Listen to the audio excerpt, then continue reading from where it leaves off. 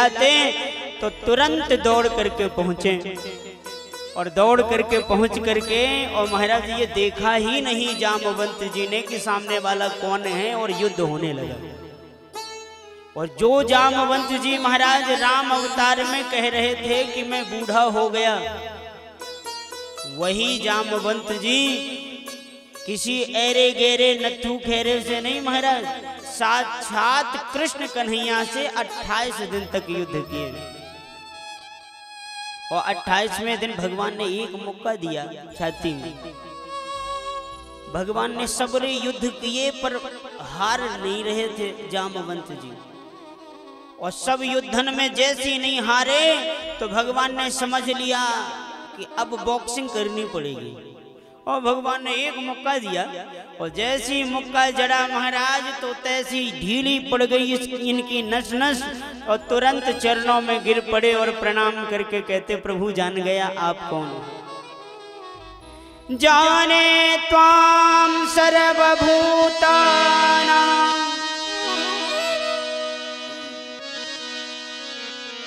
जाने त्वाम सर्वभूतानां, प्राण ओजः सहो बलम्, विष्णुं पुराण पुरुषं प्रभविष्णु महेश्वरम। प्रभु मैं जान गया आप साक्षात मेरे नारायण हैं, मेरे राम जी हैं। चरणों पर गिर करके प्रार्थना मांगी, और मणि तो दी ही, संग में अपनी कन्या का भी विवाह कर दिया भगवान के संग। और भगवान इनकी पुत्री जामवती के संग में विवाह करके आए, और महाराज मणि को सभा में ले जा करके दिखाया, है सत्राजित देख ऐसे ऐसे मणि हमने प्राप्त करी, और तुम्हें विश्वास ना हो तो प्रमाण के रूप में हम जामवंत जी की बिटिया के साथ विवाह करके भी आए। ये सुन करके सत्राजित बड़ा प्रसन्न हुआ। अभी तक तो ये ज्यादा श्रद्धा नहीं करता था कृष्ण में, पर जिसको मैंने कलंक लगाया वही व्यक्ति भी मुझसे इतनी सभ्यता से बात कर रहा है, इतने प्रेम से बात कर रहा है।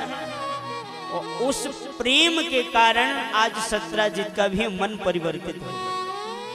एक बात आपसे निवेदन करना है हमको, कोई व्यक्ति आपको कठोर बोलता है तो आप भी उसको कठोरता से ही जवाब देते रहेंगे तो उसकी कठोरता कम नहीं होगी।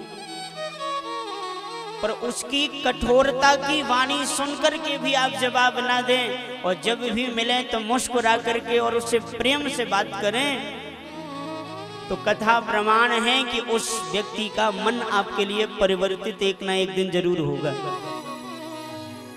और ये कथा प्रमाण है। सत्राजित इतना प्रसन्न हुआ कि सत्राजित ने जिद कर ली कि प्रभु अब आप मेरी बिटिया से विवाह करो, मैं आपसे रिश्ता जोड़ना चाहता हूँ। और ऐसा रिश्ता नहीं, थोड़ा एकदम प्रगाढ़ रिश्ता जोड़ना चाहता हूँ। मैं भक्त भगवान का तो रिश्ता है ही है, लेकिन महाराज फिर ससुर दामाद का यदि बिटिया वाला रिश्ता हो जाए तो वो थोड़ा और प्रगाढ़ता का हो जाता है। और सत्राजित ने ही अपनी बिटिया सत्यभामा का विवाह कर दिया भगवान के संग में। और सत्राजित की बिटिया के साथ सत्यभामा के भी साथ भगवान ने विवाह किया। एक बार अर्जुन से मिलने गए थे, और अर्जुन से मिलने गए तो वहां एक यमुना जी के किनारे कन्या तपस्या कर रही।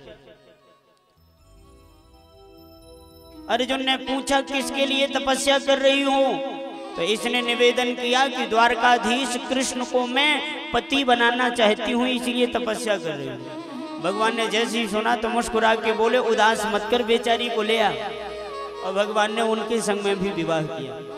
अब जानते हो भगवान का रथ बाहर निकलता है कि द्वारकावासी तुरंत चमकीले कपड़े पहन लेते हैं। क्यों?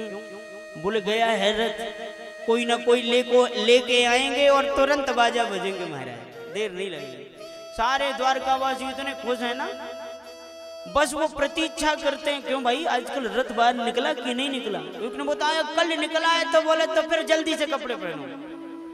आने वाले होंगे, और वो सोचता कि इससे पहले महाराज बैंड बजने प्रारंभ हो जाते हैं, सब बराती बनकर झूम झूम, और एक विवाह में 20 दिन तक भोजन पूरे राज्य का द्वारकाधीश के यहाँ होता, वही द्वारकाधीश का विवाह है, और सब लोग बड़े आनंदित।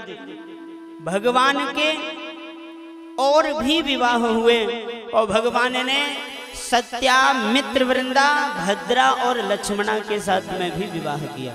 कथा फिर बहुत लंबी हो जाएगी यदि इनकी भी एक एक की कहानी सुनाएंगे तो आप। यूं करके कल का एक मिलाए के और आज के 7 मिलाए के 8 विवाह हो गए ठाकुर।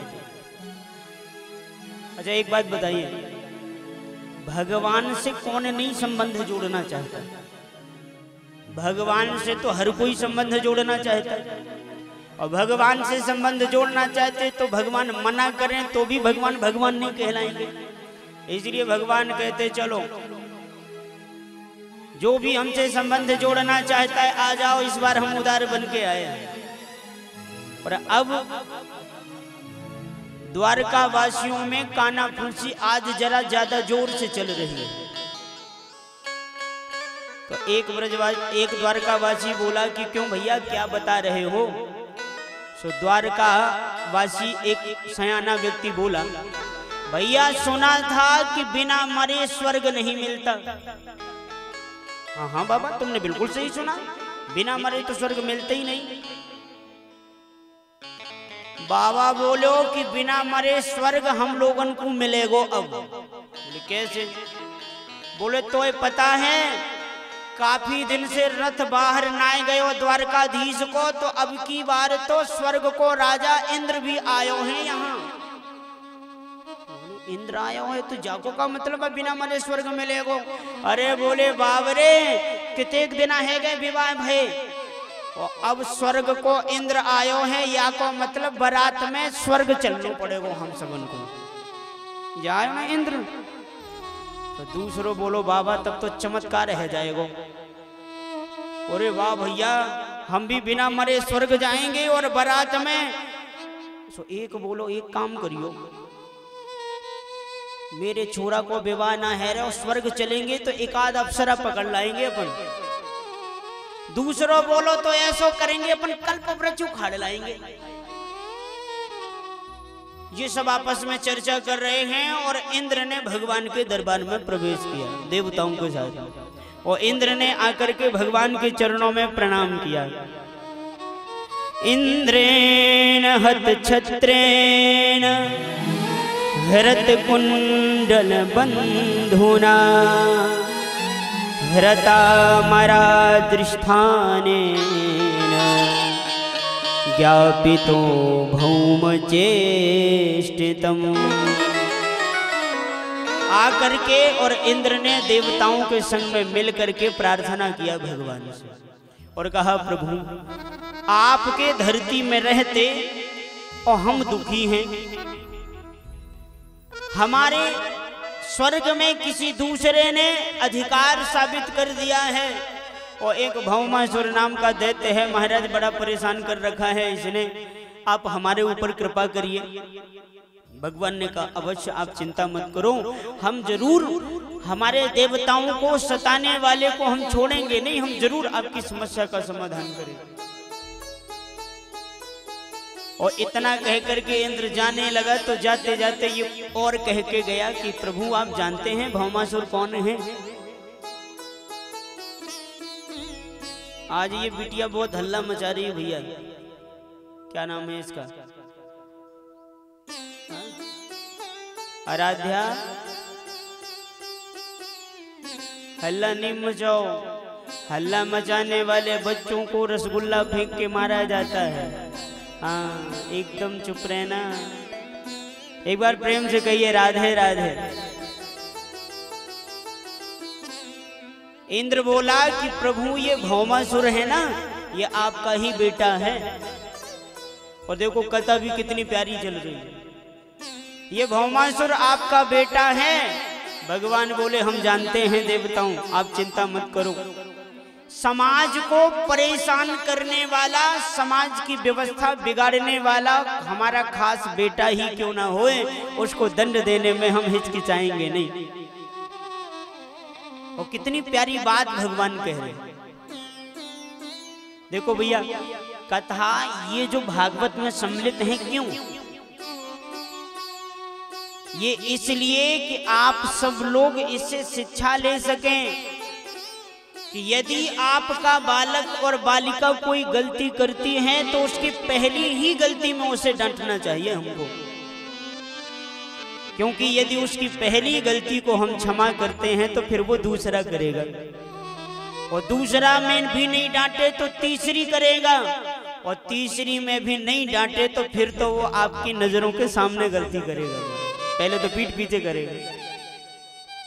इसीलिए भगवान ने बड़ा प्यारा संकेत दिया है, और भगवान कहते हैं कि वो चाहे मेरा बेटा ही क्यों ना हो, मैं उसका वध करूंगा। और भगवान ने वरदान दे रखा, ये पृथ्वी का बेटा है। जब वाराह भगवान पृथ्वी को अपनी नासिका रंध्र में लेकर के आए थे, उसी समय ये प्रकट हुआ था भौमासुर, इतना पुराना है महाराज। और भगवान ने कहा हम निश्चित इसका वध करेंगे। और बहुत गौर से श्रवण करिएगा, पृथ्वी को वचन दिया था भगवान ने, जब तक तुम नहीं कहोगी तब तक इस बेटे को मारूंगा नहीं मैं। पृथ्वी की अवतारिणी है सत्यभामा, और सत्यभामा ने एक दिन यूं ही कह दिया कि प्रभु मैं आपको युद्ध करते नहीं देखी। भगवान बोले तो कल ही चलना है, युद्ध करने चलो। और युद्ध करने के लिए भगवान पहुंचे सत्यभामा को साथ लेकर के, और साथ लेकर के भगवान पहुंचे, और भौमासुर से महाराज सुंदर संग्राम होने लगा। और सुंदर संग्राम जब भौमासुर से हुआ, सत्यभामा के भी बाण एक लगा आकर के, तो सत्यभामा ने कहा प्रभु मारिए इसको, क्या कर रहे हैं? और सत्यभामा के कहते ही भगवान ने चक्र सुदर्शन से इसका उद्धार कर दिया। और चक्र सुदर्शन से इसका वध करने के बाद भगवान पहुंच गए इसके कारागार में, और कारागार में पहुंच करके और भगवान ने जब वहां जाकर के देखा तो 16,100 कन्याएं इसके कैद खाने में बंद हैं महाराज। कितनी? 16,100 कन्याएं।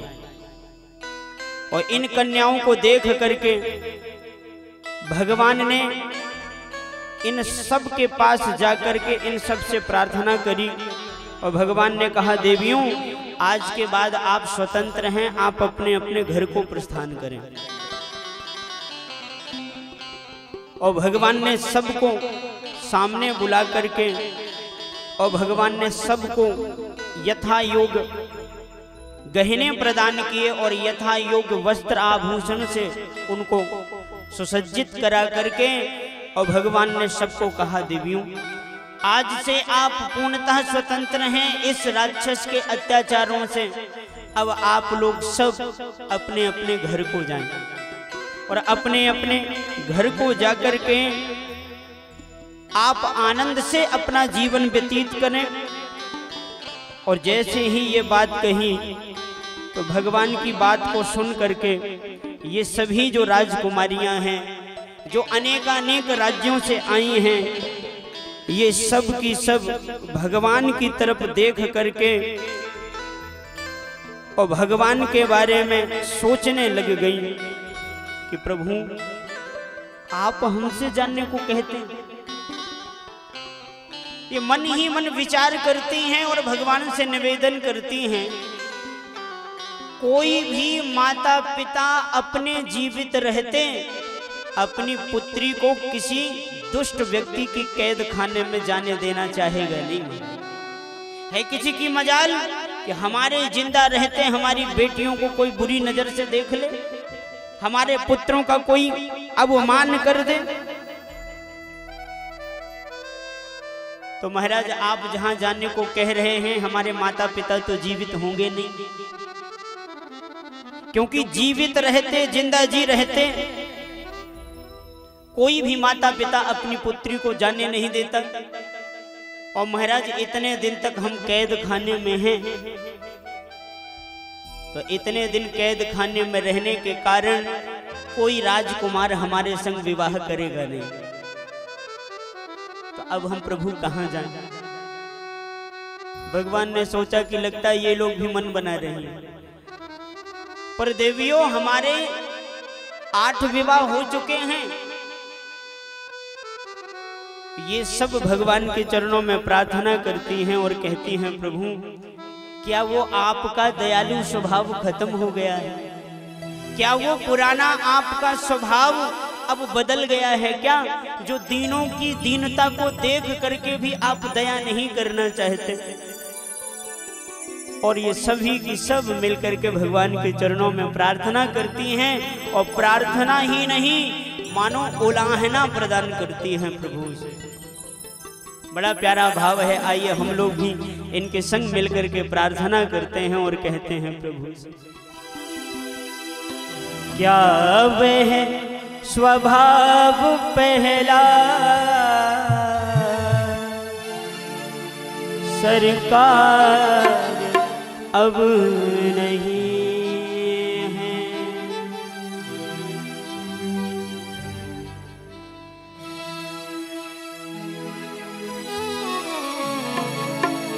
क्या वह स्वभाव पहला सरकार अब नहीं है?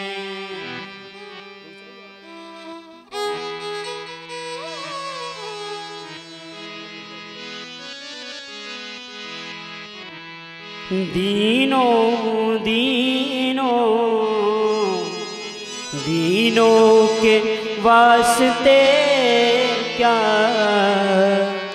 दरबार अब नहीं है? क्या वह स्वभाव पहला सरकार अब नहीं है? क्या वह स्वभाव पहला सरकार अब नहीं है? ओ क्या वह स्वभाव पहला सरकार अब नहीं है?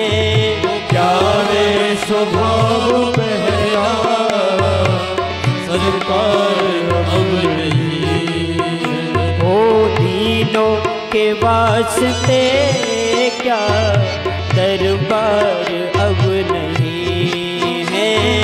दीनों के वास्ते क्या दरबार अब नहीं है? ओ क्या वह स्वभाव पहला सरकार अब नहीं है? ओ क्या वह स्वभाव पहला सरकार अब नहीं है? ओ दीनों के वास्ते क्या दरबार अब नहीं है? दीनों के वास्ते क्या दरबार अब नहीं है? ओ दीनों के वास्ते क्या दरबार अब नहीं है? दीनों के वास्ते क्या दरबार अब नहीं? तो जरा बड़े भाव से गाइए, प्रभु से कहिए, क्या वह स्वभाव आपका बदल चुका है? अब वो स्वभाव आपका रह नहीं गया है क्या?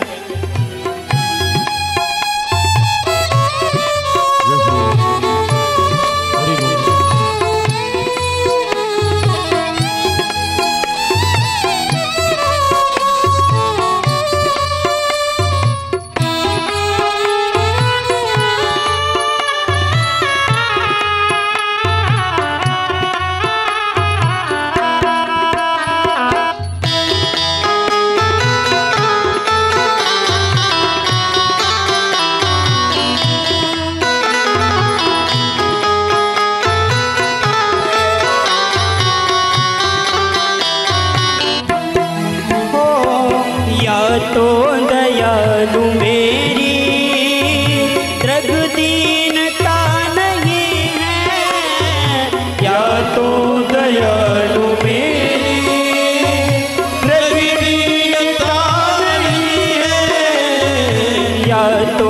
दयालु मेरी दृग दीनता नहीं है, या तो दयालु मेरी दृग दीनता नहीं है, दृग दीनता नहीं है, दृग दीनता नहीं है। या दीन की तुम्हें, या दीन की तुम्हें ही दरकार अब नहीं है, या दीन की तुम्हें दरकार ही नहीं। ओ क्या वह स्वभाव पहला सरकार अब नहीं है, या वह स्वभाव पहला सरकार अब तो जरा दोनों हाथ से ताली बजाते हुए गाइए।